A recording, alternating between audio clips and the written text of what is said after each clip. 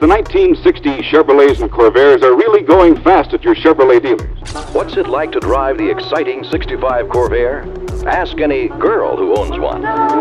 If you're like most people who are interested in the Corvair, you want to know what it can do in action, out on the road.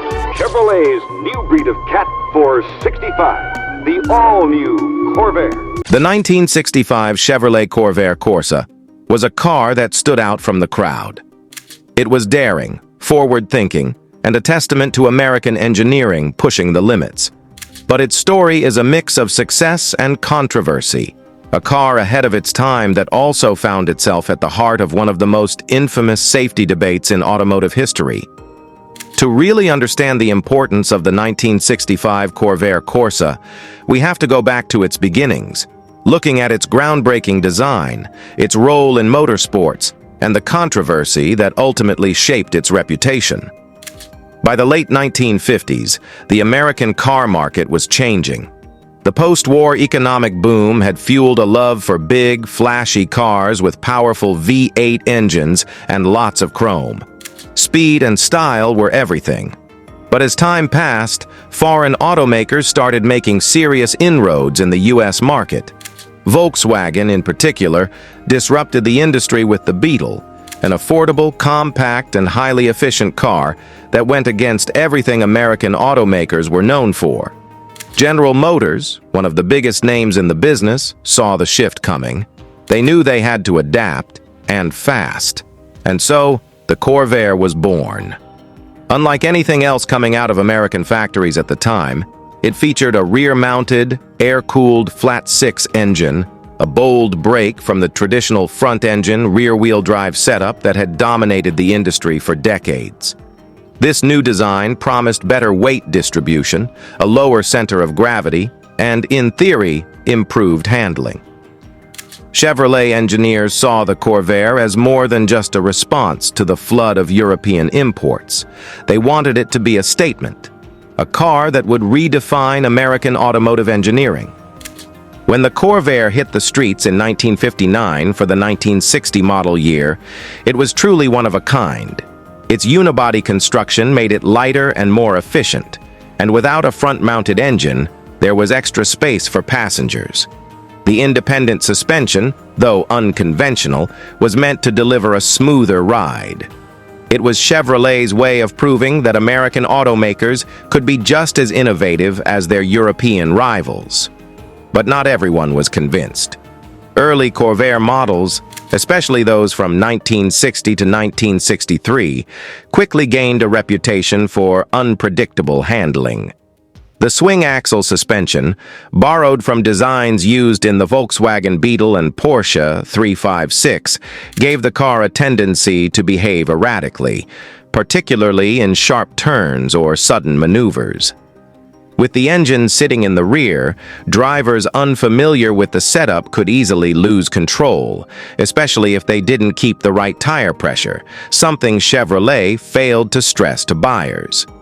Despite the early concerns, Chevrolet kept improving the Corvair.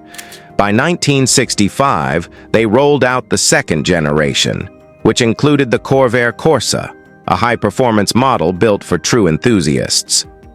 The 1965 Corsa was a whole different machine.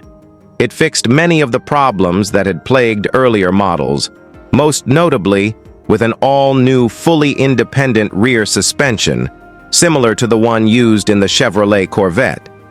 This upgrade dramatically improved stability and handling, making the Corsa a much more predictable and enjoyable car to drive. Under the hood, buyers had two engine choices. The first was a naturally aspirated 164 cubic inch 2.7-liter flat six with 4 single-barrel carburetors, producing 140 horsepower. The second was a turbocharged version of the same engine, cranking out an impressive 180 horsepower. At the time, that made the Corvair Corsa one of the most powerful turbocharged cars on the market, giving it performance that could hold its own against some of the era's top sports cars. If you're enjoying this deep dive into the Corvair Corsa's history, make sure to like this video and subscribe to the channel for more fascinating stories about legendary cars. Your support helps us keep bringing you the best automotive content. The Corsa wasn't just about straight-line speed, it was built to handle. Thanks to its independent rear suspension, lower center of gravity, and better weight distribution, it was a blast to drive. Unlike the early Corvairs, which had a reputation for being tricky and unpredictable, the Corsa felt composed, agile, and precise. It was the kind of car that could carve through winding mountain roads with ease, living up to the performance promise in its name. With its improved handling and sleek, European-inspired design, the Corsa quickly found a following among driving enthusiasts. It became a popular choice in amateur racing circles, especially in the Sports Car Club of America.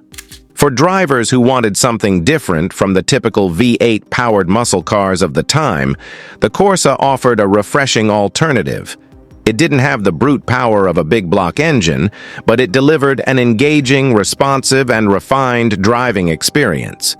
But despite all these improvements, the Corvair's reputation had already taken a hit. In 1965, consumer advocate Ralph Nader released Unsafe at Any Speed, a book that would shake up the entire automotive industry. In its opening chapter, Nader singled out the Corvair, calling it an example of dangerous design. He pointed to the handling issues of the early swing-axle models, claiming the car's tendency to oversteer made it unsafe for the average driver. The book sparked a media frenzy. Practically overnight, the Corvair went from a symbol of innovation to a liability. Even though Chevrolet had already addressed the handling issues with the 1965 redesign, the damage was done. Sales plummeted as public confidence in the car eroded. Chevrolet tried to keep the Corvair alive, but the writing was on the wall. Production continued for a few more years, but by 1969, the Corvair was quietly discontinued. What should have been a groundbreaking vehicle was now remembered as one of the most controversial cars in history. Years later, the National Highway Traffic Safety Administration conducted a full investigation into the Corvair's handling. Their conclusion?